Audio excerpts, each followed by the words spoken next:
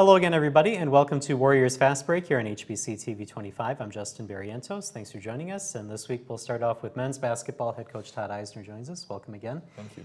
Let's start off by talking about last Tuesday and the St. Mary's game. The first question I want to ask is, does it matter to you, or do you even know when, like, it's an exhibition game for St. Mary's, but it's a game that counts for you? Does that factor in at all, how you approach the game? No, we don't pay any attention to it, to be real honest with you. I think it's a matter of us going out and trying to get better each day. And anytime you get an experience in front of your home crowd and in front of the lights, we want to take advantage of it. And I thought the first half we obviously just played a little bit in quicksand defensively, and then played 20 minutes of good basketball the second half. Yeah, St. Mary's came out really on fire, especially from three-point range. Kind of stunned you guys a little bit. What was the difference that you saw, I guess, in St. Mary's offense in that first half compared to the second half? Well, I just think we, in terms of our scouting report, we knew they were going to shoot a lot of threes. Obviously, they took 20 in the first half. They were 9 of 20, and that's obviously the percentage is way too high. We don't care if how many they shoot, but they can't go in. And we were just late getting to people, and we talked about closing with our hands high early, and we got there with our hands low and then tried to contest after they already shot the ball. And so we just made some, we reminded them of some of the key points that we had up on the board before the game, and I thought our guys really did a good job of adjusting in the second half. Now, you only had 9 guys in uniform for that game. I think St. Mary's maybe played 9 guys in the first 5 minutes of the game. Yeah. How much of a difference does that make, the fact that you kind of had a short bench in the game? Well, it's something we've been dealing with all early season, and so we knew going into it we had 8 players, and everybody was going to have to help in some way, shape, or form. It didn't help matters any that Kevion got 2 fouls in the first 3 minutes of the game, so now we were really short in the front line. So we were playing some lineups that guys had been in spots that they'd never been in before, and so it really limited what we could do offensively. That being said, it wasn't the offensive end of the floor that was the problem in the first half. It was just our willingness to defend the way we expect to defend on a daily basis. All right. You may have answered this question already, but what was your message then at halftime? Because you came out as a completely different team in the second half. Well, we just really wanted to go back through a couple of those key points. And like I said, the finding shooters early, getting there with our hands high so that they had to sweep it low, take them out of rhythm, and the rhythm jump shots from the arc. And like I said, we did a much better job in the second half, holding them to 16% shooting, and then obviously got it going on the offensive end a little bit because of that. All right. Well, let's talk a little bit about the offense, because Connor Flack had 19 points in that first half. He didn't have any points in the second half, but he really kind of held you in the game. Were you at all worried in that first half, trailing by 1 at halftime, about what your team would do in that second half? Well, it's just a mindset of correcting the things that we weren't doing very well, and we wanted to make sure that we put a better focus on the things that we needed to do second half from a defensive end of the floor. Like I said, offensive was not a problem. We had 46 points, I think, at the half, and Connor did a nice job of keeping us close by really being aggressive, really shooting the ball well. Corey got I think Corey made 5 baskets in the first half, but they were all near the rim on some post-ups that we took advantage of, just his size inside. So, like I said, we just needed to fix some things on the defensive end of the floor, and I thought our guys did a good job of adjusting to that. All right, you did mention Corey Jeffs. Had almost a career high. He had 27 points, a couple points off his career high. Really came on fire in the second half. We seem to talk about him every week, but you basically said you're going to be relying on Corey with his senior leadership and being able to play in different areas of the floor. Do you kind of look to him to be the leader of this team? Well, that was a game we needed to have Corey really step up again with Tommy and Chuck still not playing, and a limited bench, and then Kevion being in foul trouble. I mean, Corey played a lot of the 5 for us throughout the game, and so he took advantage of some of the things, just height, from his height standpoint and from a strength standpoint. He got a lot of easy looks at the rim, whether it was post-ups, whether it was drives, and he knocked a couple shots down in the second half and really got going. So, yeah, we're going to rely on Corey to be, one of the leaders on our team, and he's done a great job so far early season. All right, let's move on then to your game against Upper Iowa after Thanksgiving. Obviously, you give your guys a couple days off for Thanksgiving, and then they come right back at it and have to play again on Saturday.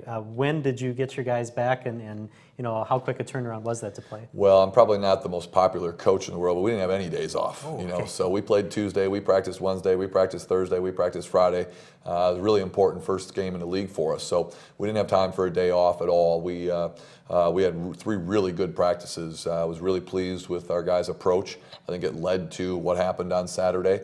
And I hope our guys are picking up on that if we can be really productive and focused in practice, that it can lead to really good results in games. So, you know, we maybe didn't go as long as we normally would, but we certainly worked all 3 days leading up to the game. Okay. Now, it was kind of the same formula in that game, fall behind early and then come back strong in the second half.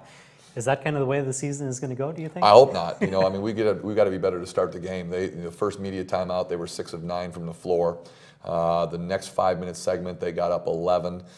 We called timeout, I want to say, with like 11 minutes to go in the first half, and really from there on out, we did a much better job of slowing them down from an offensive standpoint. Our defense picked up from about the 10-minute mark of the first half on for the rest of the game. Kevion Taylor gave us a great boost in the first half. Had 10 points at the half. Really kind of kept us close, and they made a basket at the buzzer to go up 3.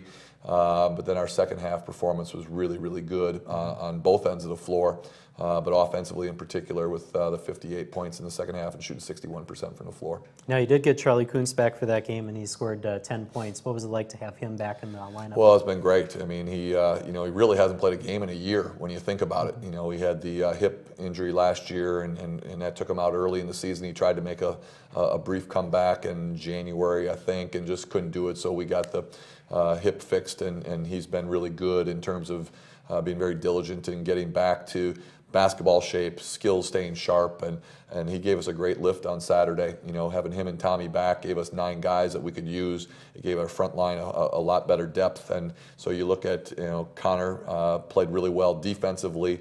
Chuck gave us 10 points, Tommy 13 points, and Kevion 12 points. That's really good production from our 4s and 5s. All right, you're out on the road again this weekend, taking on Sioux Falls and Southwest. Kind of give us a preview of those games. Yeah, Sioux Falls has 1 loss on the season. I think they're 6-1 right now. Really good team. Drew Giebert is a tremendous basketball player, one of the best players in the league. At 6'8", can do you know, can score from anywhere on the floor. They got a junior college guard in that's been really, very productive for them. So they're going to be a difficult task on Friday. And then Southwest, obviously the defending champions in our league. Brigham at point guard's probably one of the best 2 or 3 players in the league. Just plays with great energy, great toughness, and is really skilled. And then they've got some pieces around him that just all really know their role and really compete really hard. Those 2 played each other on Saturday. Sioux Falls won in overtime. Southwest kind of gave that game away by not making free throws and blew a 5-point lead with 25 seconds to go. So I think we're going to see 2 of the better teams in the South this weekend. All right, about 30 seconds left in this segment. How are you health-wise now that you get Charlie back a little bit, Tommy back? Yeah, we hope to be, you know, as good as we've been so far this year, and this will be kind of the 9 guys that we roll with, you know. So we knock on wood that we can stay as healthy as possible and give ourselves a chance to have good depth throughout the roster. All right, sounds good. We're going to take a break here on Warriors Fast Break. When we come back, we'll get the player perspective. Charlie Kuntz will join us right after this.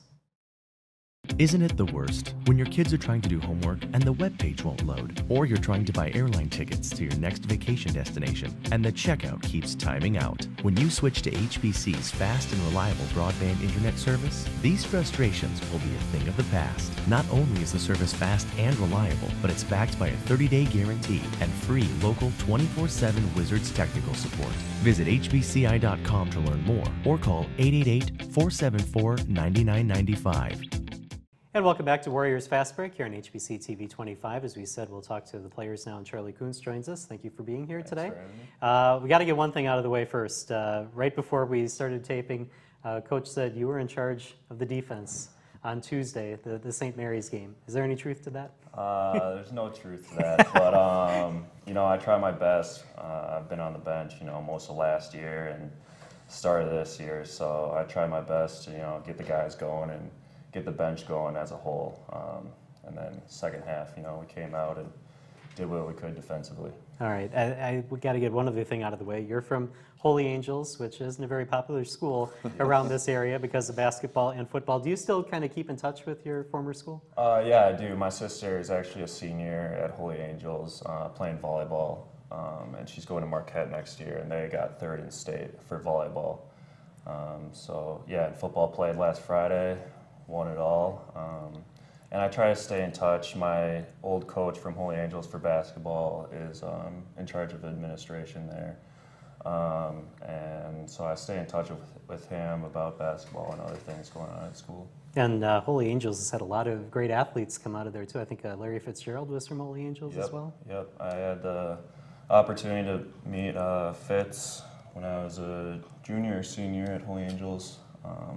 He comes back every summer and does a football camp for the youth in the area, which is really nice. And he gives back to the school. He gave the basketball team a bunch of apparel and bought our team shoes and stuff like that. Wow, very nice.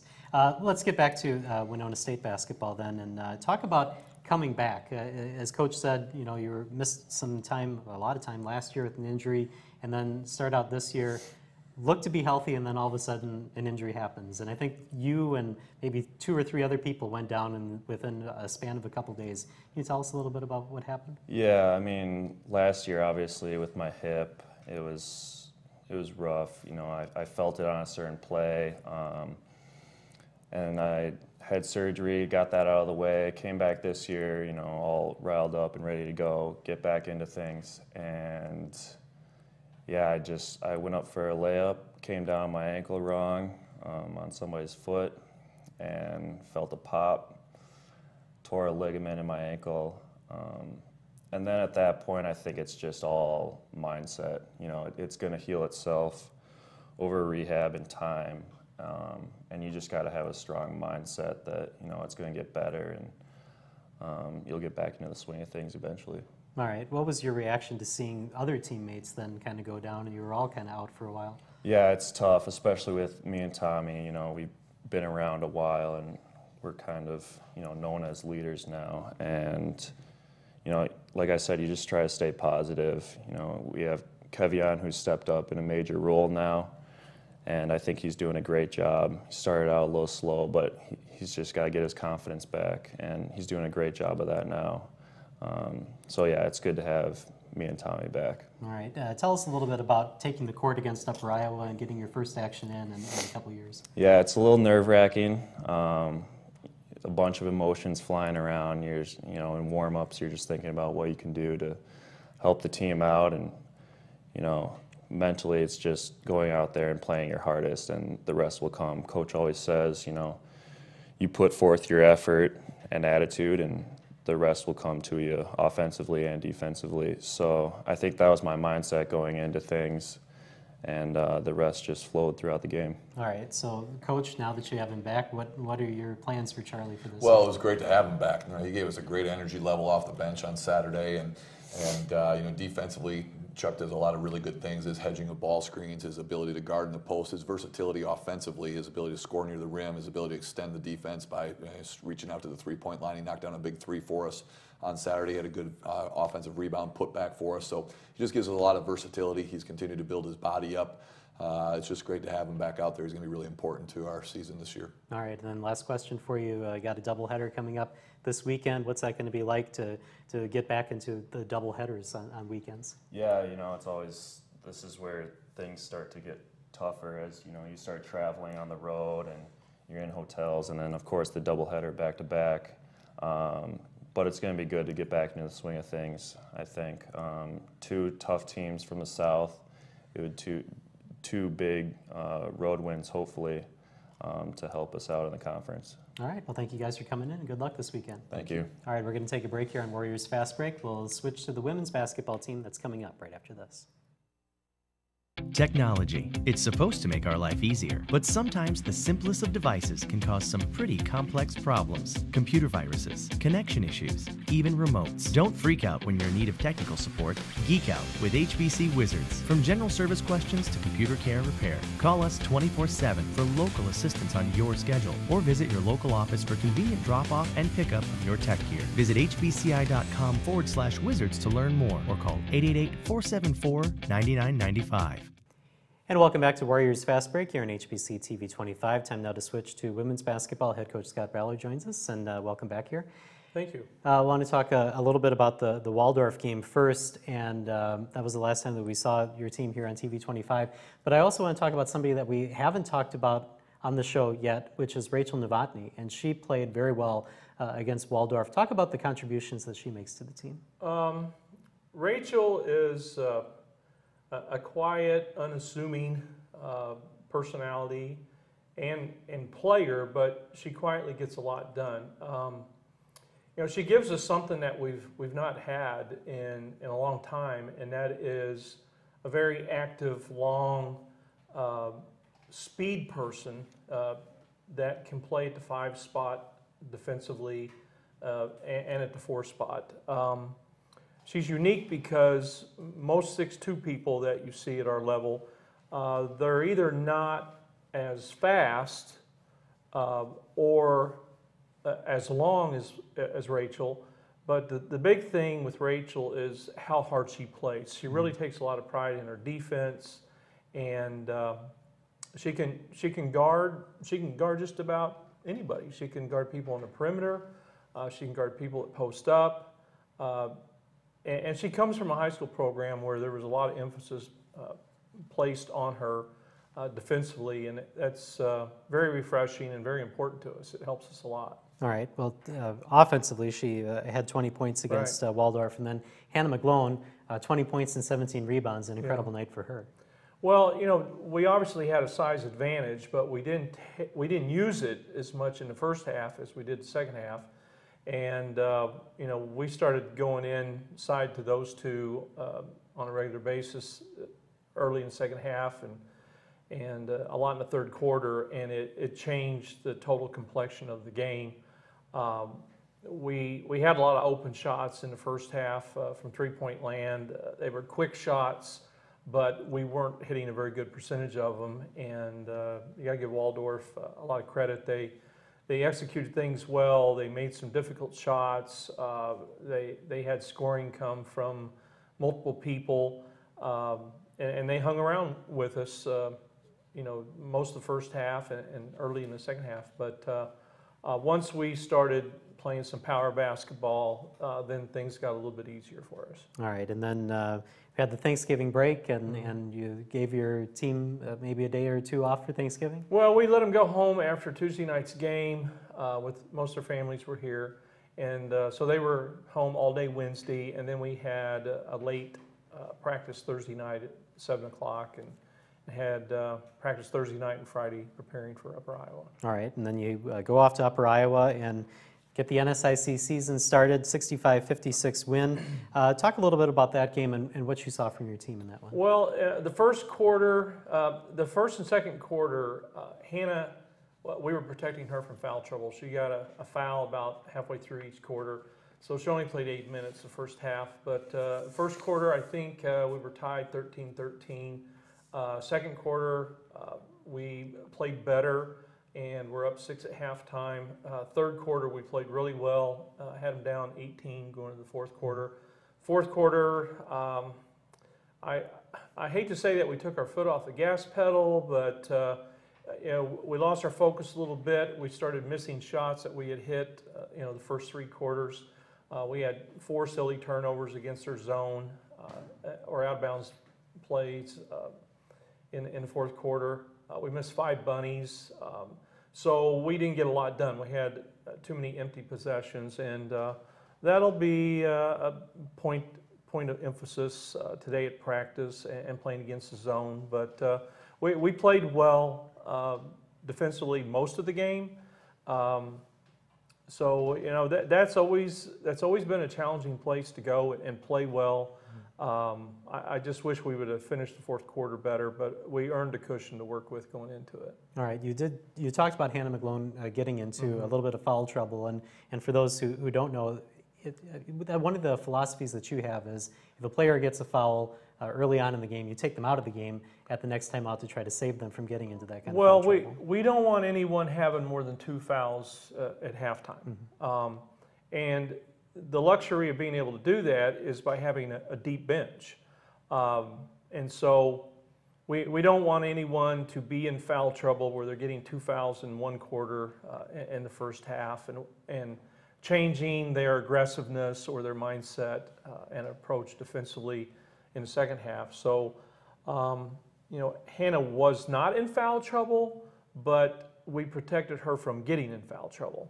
And our bench really played well. The second and third quarter, our bench, they actually increased our lead and gave us a spark. You know, Gabby, our guest today, she played well in the second and third quarter and you know, was a big part of us opening up a big lead. All right, now coming up this weekend, then you get your first conference doubleheader of the year, Sioux Falls and Southwest. How do you match up with those two teams? Well, they're both very different teams from each other. Sioux Falls, we've had a lot of exciting and intense games with them over the last 3 years, and they've been very good. Both those teams are very young, like ourselves. Sioux Falls plays mainly man-to-man, very aggressive, switch on everything. They're a transition team. They rely on the three-point shot a lot. Southwest is strictly a 2-3 zone team. They like to run some zone full court press. They like to do dribble drive offense, against man-to-man. So we're going to get some exposure against two different kinds of teams on back-to-back nights for the first time this year. And of course, they'll both be road games, so that's always challenging. But we've got 4 days of preparation, and we're healthy right now and feeling good about ourselves. And I'm confident that our team will make a good showing. All right, and then you've started out the season obviously 5-0. Great feeling for you guys to have that this year? Well, you can't be better than 5-0 right. Until you play your next game or two. But we like where we're at.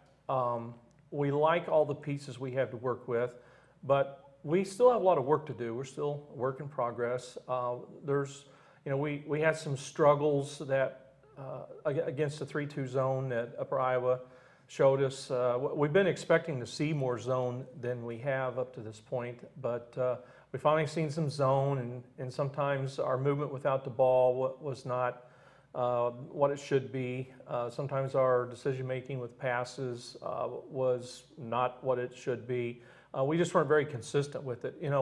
We hit 10 for 20 from three-point land, which sounds good, but that's the first game that we've had this year where we played against a sagging defense, man-to-man or a zone, and you're going to have more shots from the perimeter. So we're confident in our perimeter game and our inside game. It's just a matter of being consistent and getting in a rhythm and a flow and taking what the defense gives you. All right, we're going to take a break here on Warriors Fast Break. When we come back, we'll talk with Gabby Dowd right after this.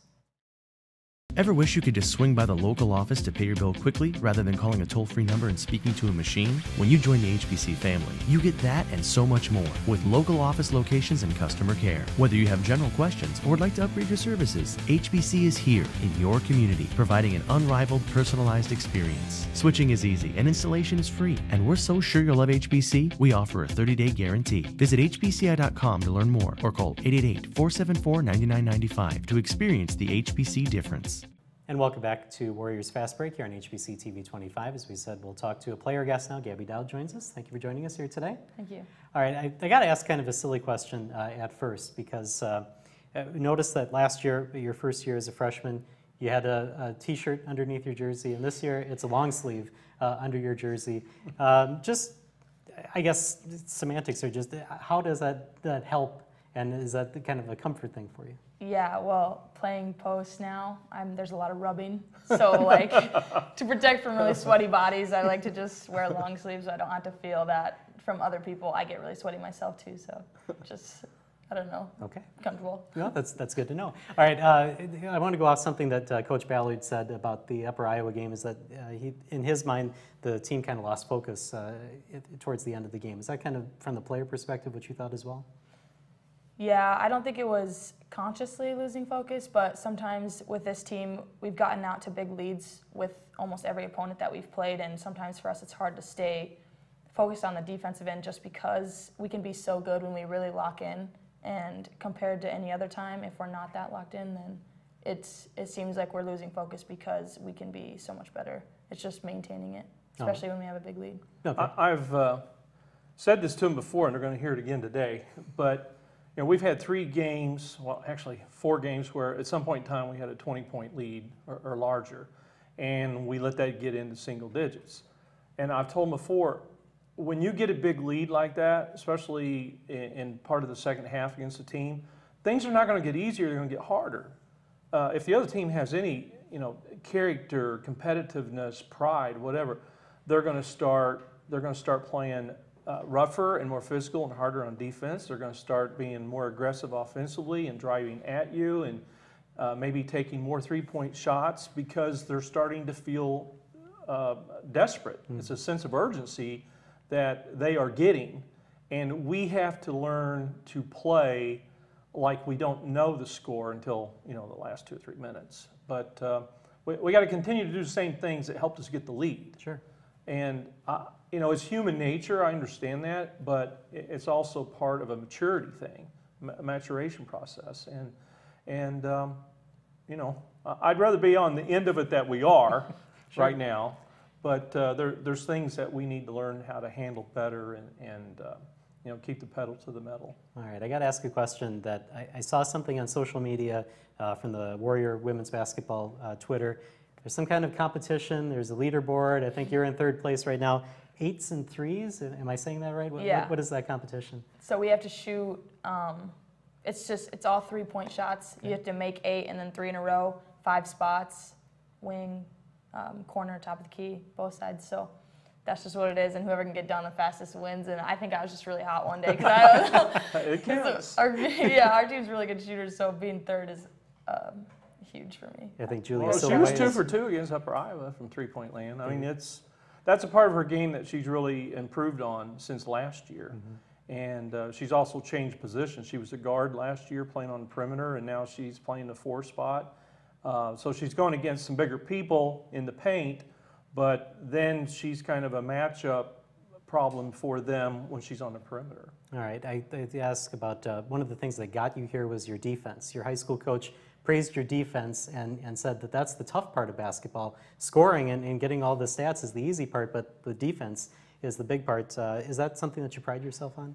Yeah, especially in high school because I was not as good at it when I was younger. Senior year, I really focused on it. So coming in, I think I need to do that more here. I was worried about not being able to score because of the better defense that we play against, but especially with the post, I need to learn how to play defense against them just because they're so much bigger than I am. Well, not so much, but most of the time they're pretty big, and teams scout us, and usually they put in 2 pretty big girls when I'm in there. So I have to guard one of them, and I think I'm getting better at it, getting around front so they can't get me low enough, because if they do, then they can just shoot over me. But other than that, it's just going to be grit, is the word we like to use, down in the post. All right, last question that I have for you then.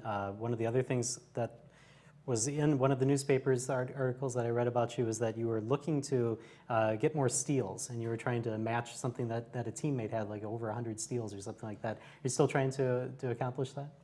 Well, yeah, something I really liked doing in high school was reading passes and getting steals. Our defense isn't as aggressive. Adjusted to that. Just because we play. We don't gamble as much. Yeah, we don't gamble, which I loved gambling in high school. But yeah, something that I think that I did think to myself was to start reading passes more, because that's something that I did a lot in high school and I haven't done as much. I did it a couple times last year, but especially when teams are running the same plays and you know what's coming. Try to think of that and keep that in the back of my mind more often. So, yeah, but this defense, I just really want to start taking more charges. It's something I want to work on. So, yeah, she's trying. And that's historically been a big thing for your team too. Well, that's part of the team defense concept, and that's I tell them all the time that's the greatest play you can have in the women's game. In the men's game, it's blocking a shot, dunking the ball, but on the women's side, it's taking a charge and just wipes away anything. Any advantage the offense had, an offense player is picking up a foul, baskets waved off in case they scored. So that's the most unselfish, biggest team play that you can have. All right. Well, thank you guys for joining us this week, and good luck this weekend. Thank you. All right. Thank you for joining us here on Warriors Fast Break. We'll see you next time here on TV 25.